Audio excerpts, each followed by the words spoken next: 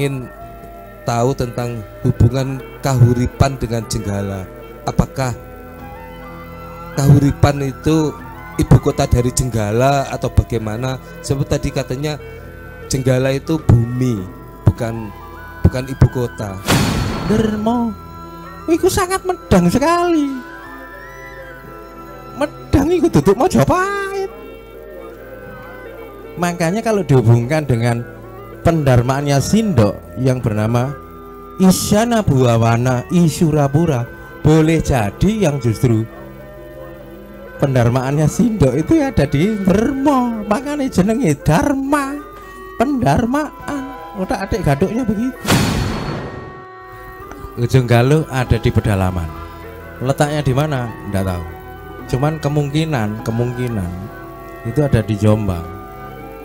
Maparahu Ri Samang Hulu. Samang Hilir. Loh, jenenge hilir kan ya kudune nang. Nah. Lek hilir nang Sidoarjo terus ya apa?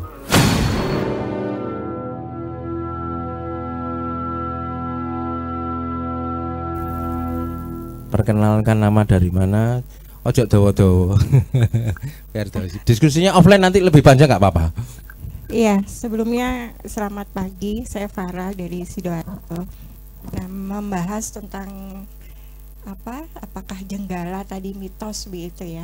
Saya tidak begitu paham, maksudnya di luar dari penalaran, misalnya Langga itu memiliki anak dua selir bernama Garasakan dan Samarawijaya. Pembagian daerah itu membuat konflik gitu, konflik yang panjang 60 tahun begitu Pak. Tapi kalau kemudian kita lihat bagaimana kurun waktu di antara 60 tahun itu memberikan semacam gambaran gitu ya, gambaran bahwa di antara dua anak ini yang ada karakter, kalau misalnya kan Garasakan itu dia lebih cenderung rungsuk begitu, untuk menyerang begitu, sedangkan Samarawijaya itu lebih pada anak mahkota ya, bukan anak mahkota, anak selir yang lebih gitu. Nah, tapi kalau ngelihat dari kemudian itu menandakan bahwa dua wilayah kemudian diberikan oleh Airlangga itu dapat perbedaan geografis. Jadi kalau misalnya Jenggala ini kan lebih ke arah pesisir begitu. Nah, kalau kita lihat daerah pesisir ini kan daerah yang jauh dari pegunungan. Kemungkinan begitu bisa memberikan kehidupan yang lebih tentram dan nyaman. Dari beberapa prasasti tadi kemudian bukti begitu dikisahkan juga bahwa Tribuana Tunggadewi dia pernah bermukim di sini. Itu kan menandakan bahwa daerah di antara Jenggala yang kemudian diperebutkan begitu itu daerah yang tenang, damai. Berbeda dengan daerah Panjalu yang secara geografis itu lebih berbukit-bukit, bergunung-gunung. Sehingga pertanyaannya kalau saya lebih cenderung pada persoalan bahwa Jenggala itu ya mitos yang memang diberikan, tapi itu kan setelah pemerintah Belanda. Tapi sebelumnya Jenggala yang Sidoarjo yang kita maksud itu adalah daerah yang benar-benar daerah yang artinya itu nyaman begitu, tenang. Jadi di luar dari segala pergolakan. Ini berbeda kisah lagi tentang nanti kalau misalnya di kolonial kita kenal beberapa pemberontakan Kamukmin dan sebagainya di daerah Gedangan. Nah, itu juga kemudian diberikan pada prasasti Wurare yang berangkat tahun 1211 ketika Mpu Barada itu menyatukan wilayah Panjalu dan Jenggala. Nah, mungkin setelah itu ada pemanfaatan dari pemerintah Belanda untuk melihat bahwa dia memberikan afdeling karena daerah ini dimungkinkan lebih mudah untuk diatur. Tapi ternyata ya salah duga juga setelah itu. Setelah diberikan afdeling, kemudian di tahun-tahun 1900 banyak terjadi pergolakan. Nah, kalau saya lebih cenderung pada bahwa Jenggala ini diproses dalam jangka waktu yang lama, kurun waktu yang lama, jadi tidak sebentar begitu. Dengan bukti-bukti yang kemudian tadi Pak Sudi bilang prasasti-prasasti tersebut begitu. Nah kalau saya lebih berapa prinsip bahwa Janggala itu ya tetap ada di Sidoarjo, Pak. Gimana? Mau tak jawab langsung? Bentar ya, tak garap 5 menit aja dulu ya. Iki mlebu ya, suara iki mlebu ya. Enggak. Garasakan itu yakin anak Erlangga. Enggak ada fakta loh ya. Enggak ada fakta. Kalau ngomong fakta aku harusnya tertulis ini. Enggak ada fakta. Samarot Saha itu siapa? Saya ngomong anak Erlangga siapa? Enggak ada. Coba tunjukkan kepada saya buktinya. Enggak ada. Asumsi kuat oleh para ahli bahwa Samarot Saha adalah anak, bukan anak Erlangga, tapi anak dari, bukan. Siapa sih ngomong selir? Coba buktikan saya ngomong selir. Makanya itu kajian epigrafi itu memang nggak boleh ngawur. Salah ngawur sak buah bablas sih. Nah, baru ketemu saya bingung ini nanti. Ternyata bukan anak Erlangga. Berdasarkan kajian epigrafi dan nama kemiripan nama, diduga Samarot Saha adalah anak Dharma Wangsa Teguh yang masih hidup ketika terjadi Mahapralaya. Diduga kuat. Samarawijaya. Anehnya Samarawijaya muncul lagi di beberapa prasasti, tapi hilang lagi. Lulek ancene terus-terusan ngono kan kudune. Dia terus. Lah apa kok ganti karo anak Erlangga sing perempuan? Gak motor kon. Belum tentu loh kajian. Jadi kita harus lebih terbuka. Kalau ngomong lebih tua, mungkin ini lebih tua ini mungkin wis Medang wis ono Darjo wilayah ya. Oleh nama Darjo Cinar bulan Mei 1859.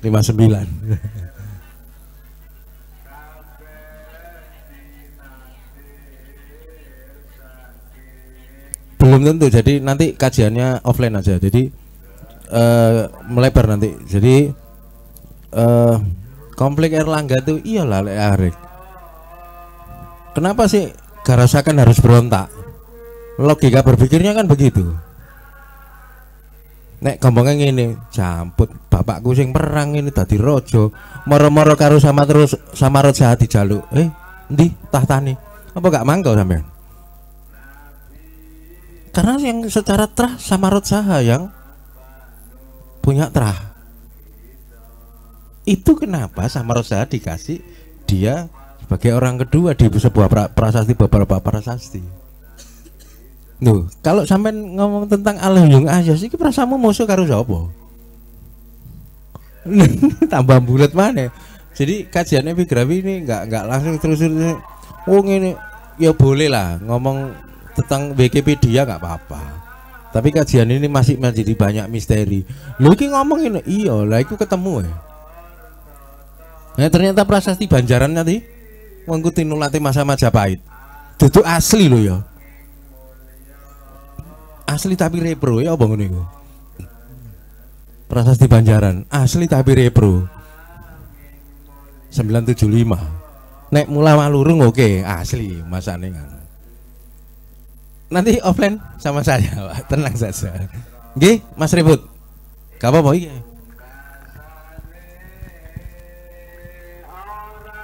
Terima kasih Dr. Sudi dan Mas Henry.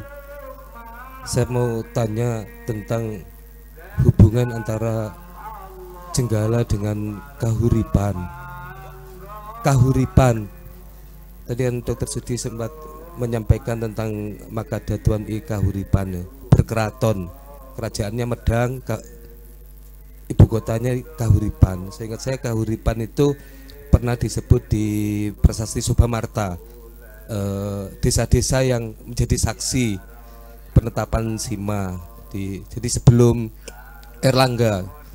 Terus kemudian masa Majapahit juga masih disebut ya Bre Kahuripan. Nah,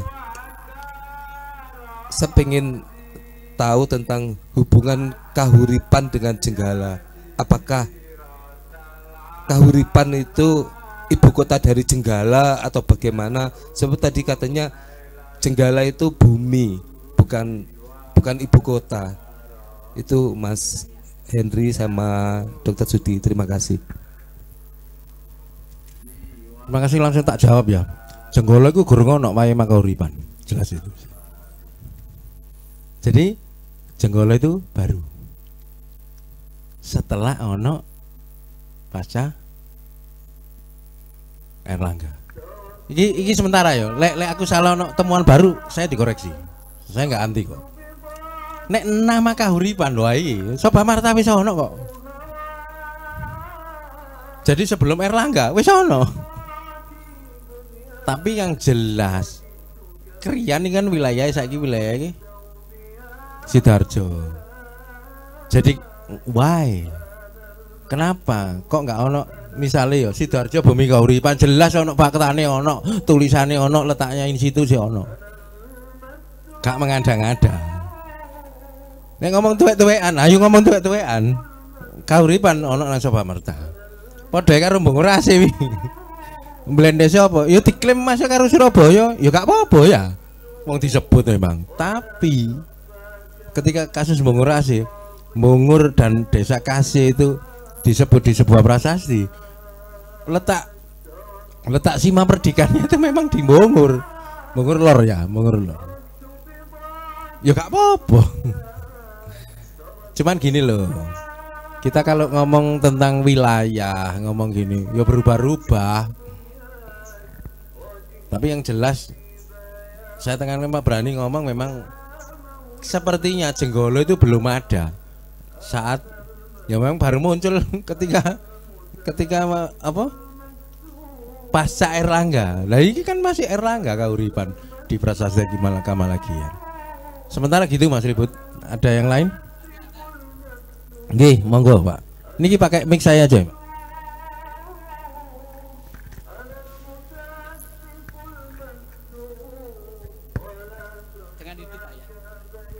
Assalamualaikum warahmatullahi wabarakatuh.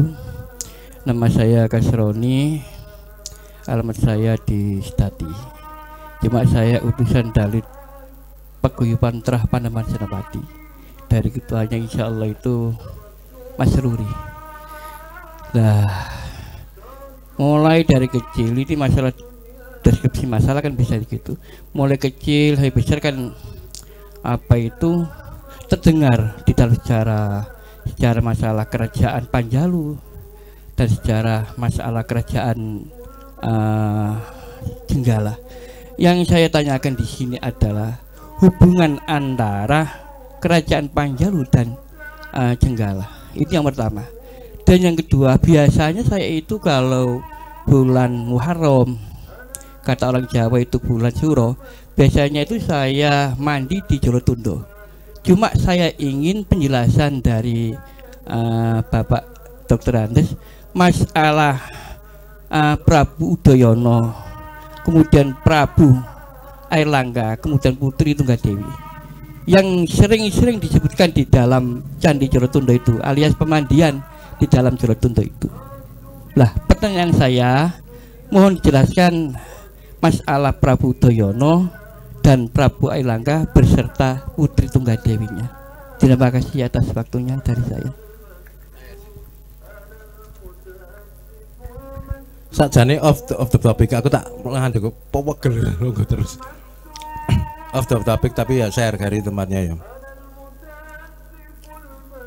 Ke Jolotundo bisa bacanya Pak? Ono tulisannya lho. Lho enggak, sampean bisa baca enggak? Duh, enggak ada kalau ngomong Jolotundo Pak. Ini kan ano Pak? Di dindingnya itu loh.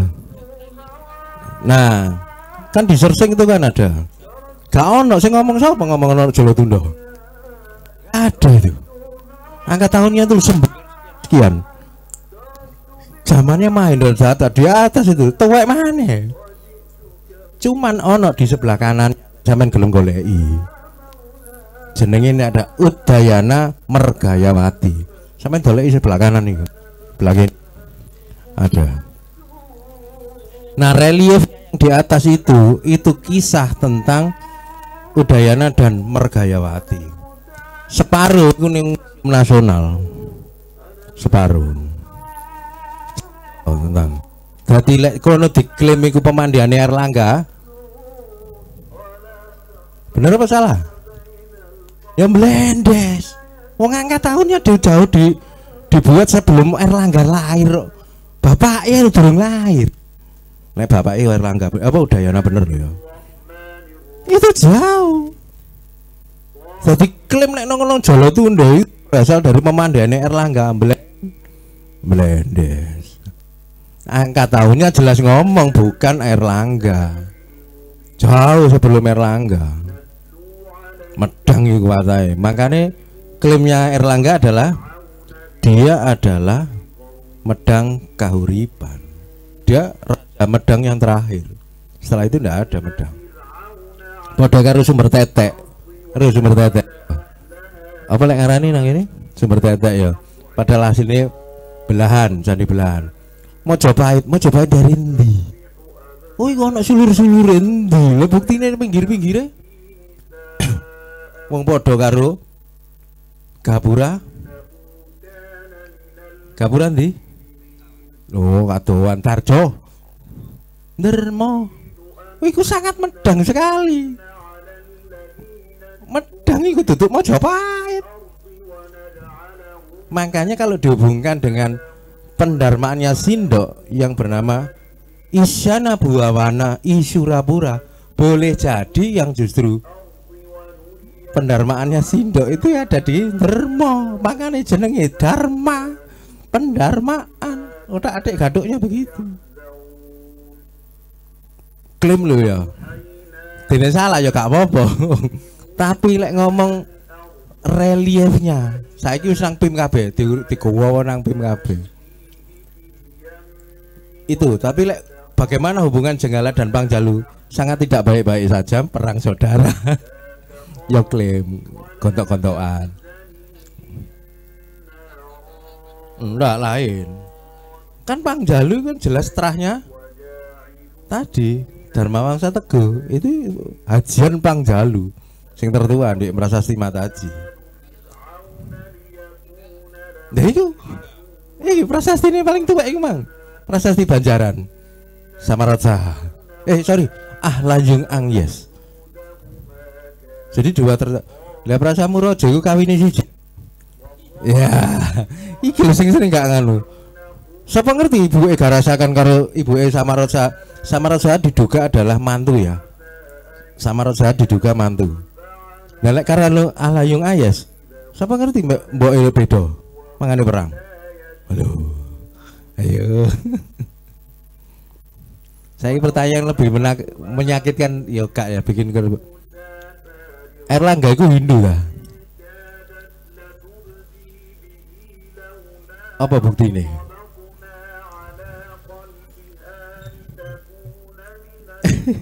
Apa cukup terus mari ngono numpak Garuda itu Wisnu. Nalek Budi. Nalek Buddha. Ayo next diskusi. Ada lagi? Saya kasih satu pertanyaan lagi. Nggih Bapak, monggo. Matur nuwun Dr. Sudi, Pak Henry. Saya terus terang masih prosesnya belajar. Tapi dari penjelasan panjenengan Dr. Sudi bahwa saya diberitahu banyak.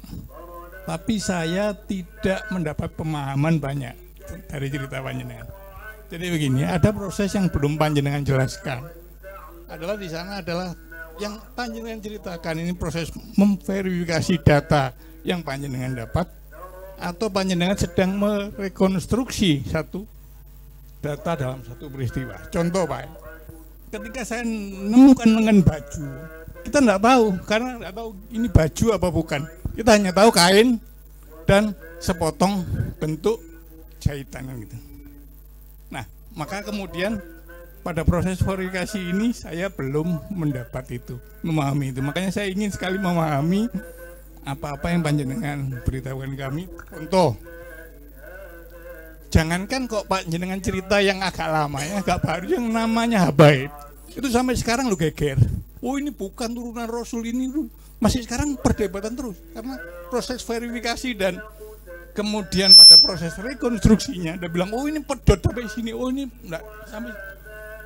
Satu lagi, ketika proses verifikasi dan proses rekonstruksi waktu dan tempatnya tidak pas juga, maka Dewi Sekar dulu sekarang 2 Pak makamnya, satunya di Gresik, satu di, kita tidak tahu di mana, tapi dua-dua diklaim benar, ya sudah. Itu yang kita alami. Nah, sehingga kalau kita mau tarik belakang lagi karena proses verifikasi tentang data dan proses merekonstruksi waktu dan tempatnya, sehingga saya katakan, saya matur nuwun dalam pada siang ini saya dapat pengetahuan banyak sekali, begitu banyak prasasti, begitu banyak cerita-cerita yang memang kalau digoda adik-adik dia gaduk. Tapi saya tidak menemukan jawaban apakah ini baju ataukah celana. Jangan-jangan ini celana, jangan-jangan baju kan gitu kan. Perlu direkonstruksi itu dan kemudian diverifikasi. Ini yang tidak saya temukan Pak. Tapi bagi saya ini sangat memperkaya pengetahuan saya. Walaupun belum sampai pada memahami atau memahamkan saya tentang Jenggolo, tentang mungkin Sidoarjo, tentang apapun yang disajikan. Matur nuwun Pak, saya kalau bisa diberi penjelasan tentang itu mungkin. Saya Mas Yadri, saya langsung aja. Nek ngomong Habib, kalau gak Habib gampang. Nek percaya, oh sudah jelas tes DNA. Sing neliti ku koncoku Pak, temenan itu Pak Penunsal TV. Wis selesai ku. Gak usah diperdebatkan. Sing diperdebatkan itu kon percaya enggak karo tes DNA. Nek gak percaya ya sudah selesai. Nek kon pengen percaya temenan itu tes DNA. Udah kelihatan kok. Kon turunane Cina, kon turunane Yahudi, turunan ngene. Iku jelas ono. Nek gak percaya ya gak apa-apa. Gak ono sing maksa. Itu nek yang kedua tentang bener salahnya. Nah, ini namanya ilmu sains begitu, Pak. Ketika ono temuan terbaru yang lebih valid ya kita adopsi, nggak ada masalah, nggak ada masalah Pak. Anda ketemu, makanya kan ketika sing di Surabaya ketemunya balung satu tok yang lengan yang sebelah ini, ya memang itu yang kok iso mendapatkan satu utuh itu kan ya bisa. Ya ini jadi kalau di yang saya pelajari di kedokteran itu begini, jadi tulang ini tulang apa? Menungso atau duduk? Satu. Oleh manusia, iki laki apa perempuan? Ketiga, iki usianya berapa? Lebih valid lagi saiki di tes DNA. Iku sampai di orang di sekelilingnya itu secara random diacak di tes DNA-nya, termasuk salah satu yang penjaganya atau jubelnya itu ternyata 60% terkait dengan yang mati itu tadi. Apakah itu dia saudaranya? Ya mbo. Artinya cuman secara gampangnya bahwa kawasan Penili itu adalah kawasan tua yang paling tidak diduga dihuni di masa Majapahit. Pastinya ngomongin 60%. Sing 40% ya sok blendes. Sains tidak pernah bohong. Sains harus ngomong apa adanya. Nggak boleh bohong, jujur. Interpretasi, monggo silahkan. Tadi yang pertanyaan kedua apa tadi tentang apa? Nah ya, ini bagian rekonstruksi Pak. Jadi rekonstruksi itu pasti kok gak pernah sempurna. Itu aja. Mbak Esti, monggo silahkan. Sekali lah ya. Ya, minta klarifikasi. Jadi tadi dua pembicara menyatakan bahwa Sidoarjo itu bukan ibu kota Jenggolo. Kalau Mas Sudi mengatakan Sidoarjo kemungkinan terkait bagian dari Jenggala. Benang ruwetnya itu kolonial yang menggunakan kata Jenggolo ke daerah Afdeling 1, 2, 3, 4 sehingga orang jadi terjebak untuk memikirkan bahwa Sidoarjo ini menjadi ibu kota Jenggolo. Itu pengen klarifikasi itu. Lalu yang kedua, secara implisit saya menangkap bahwa Sidoarjo itu adalah ibu kota pelabuhan besar sebelum Majapahit kalau nggak salah. Jonggaluh itu bukan di Surabaya tapi ada di Sidoarjo. Oh iya enggak, karena itu saya kan butuh klarifikasi karena kan nangkap ini kan enggak mudah buat saya. Terima kasih. Saya langsung ini Ujung Galuh ya. Saya nggak pernah ngomong Ujung Galuh di Sidoarjo ya. Ujung Galuh ada di pedalaman. Letaknya di mana? Enggak tahu. Cuman kemungkinan itu ada di Jombang. Maparahu Ri Samang Hulu. Samang Hilir. Lho, jenenge hilir kan ya kudune nang. Nah. Lek hilir nang Sidoarjo terus ya apa? Loh, lebih masuk akal kan? Iki ngomong abad 9 lo ya, abad 9-10 lo ya. Kalau memang abadnya ono, harusnya Surabaya kan bolak-balik disebut. Nggak sih disebut ini Sidoarjo kok wilayah. Wilayah Wage, wilayah ini kan gitu. Yang pertama tadi apa tentang apa tadi? Wilayah ya, wilayah. Nek diduga wilayah oke. Tapi lek ibu kota gurung ono bukti ini itu. Oke, nanti kita lanjut diskusi offline. Terima kasih atas waktunya. Si Atan dulu.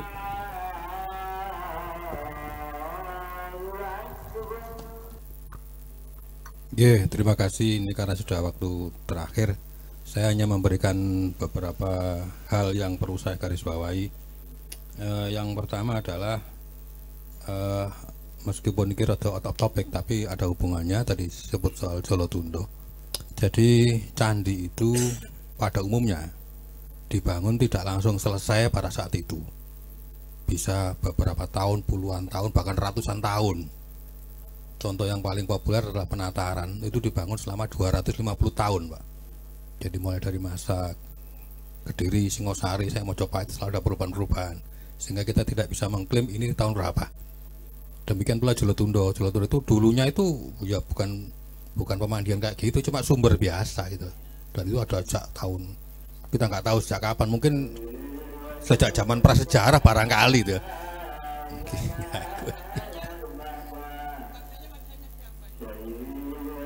Ya kalau menurut prasasti itu masa Erlangga itu kan ada prasasti Gempeng, Pak, 899 Saka itu tahun 1067 1067 ya. Tapi saya sekali lagi itu tidak bisa kita jadikan titik tolak bahwa sejak saat itu Jolotundo ada gitu loh, Pak.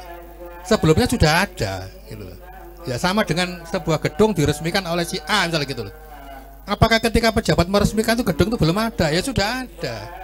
Jadi jangan disamakan dengan masa sekarang ketika ada prasasti presiden atau bupati meresmikan, sejak itu gedung itu berdiri. Tapi kalau candi itu ada sebelum itu sudah ada. Cuma ketika raja itu kan pengen punya anu ya, bukan cuma raja lah, setiap pejabat itu kan pengen punya tetenger gitu loh. Iki aku sing bangun loh, Rek. Oh, loh. Terus dikai prasasti kan gitu loh. Kan seperti itu kan kepentingan politik gitu ya. Nah demikian pula dengan tadi Dr. Suci menyebut tentang prasasti ya. Kita seringkali sulit menemukan prasasti yang asli ya. Yang kita temukan adalah prasasti Tinulat, Repro. Nah menurut Mbah Gun, Pak Gunawan itu, makanya ketika kemarin saya launching buku Sidoarjo, ya buku Bungkurajo Tempo Bungkurajo Desa Kuno itu, Pak Gun mengatakan hati-hati loh ya, iku ngono prasasti Tinulat loh, gitu loh.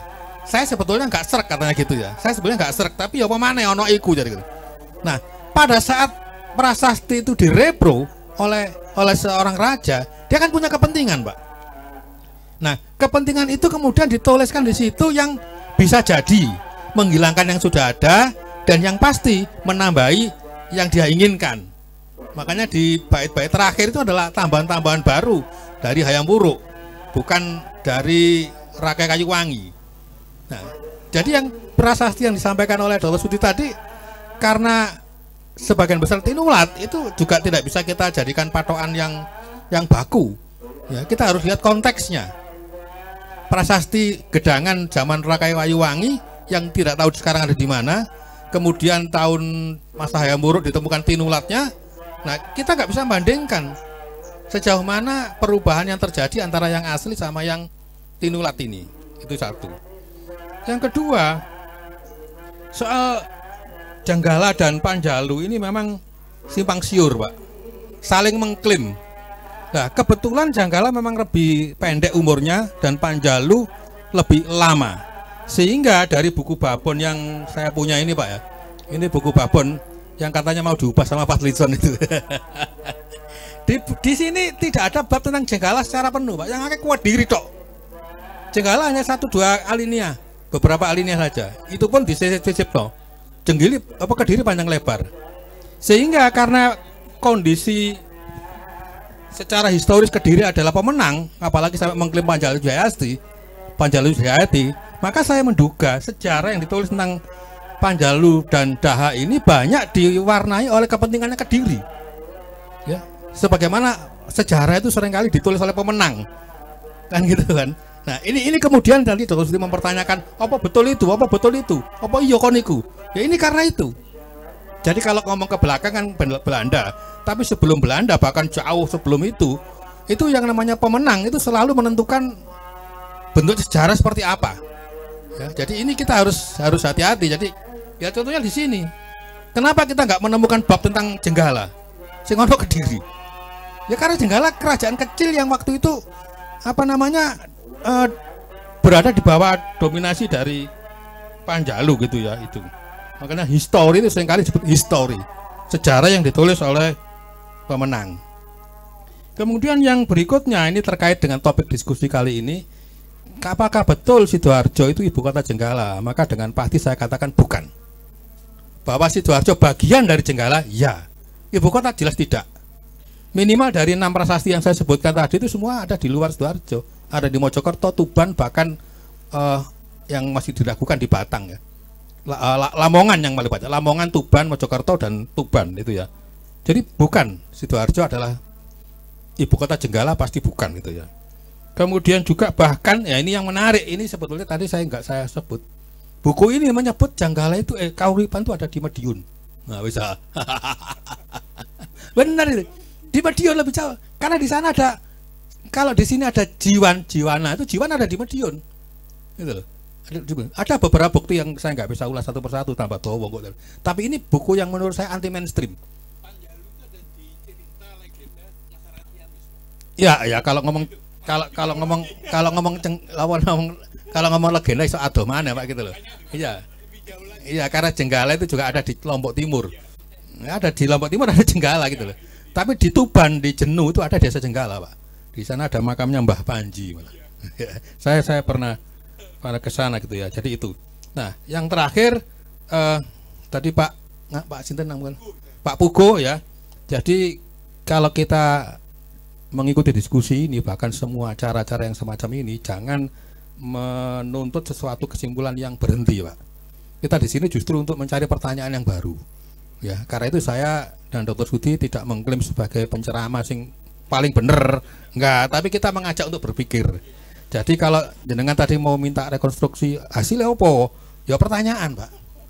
Ya, pertanyaan itu nanti kalau kita cross check kembali ke buku-buku, ke sumber-sumber sejarah, kalau perlu tanya ke ahli yang lebih pintar dari kita dan sebagainya. Tapi kita minimal punya pertanyaan. Dan pertanyaan itu menurut saya jauh lebih penting daripada jawaban. Kenapa? Sekarang ini era AI ya, ada banyak aplikasi yang kita bisa bertanya macam-macam.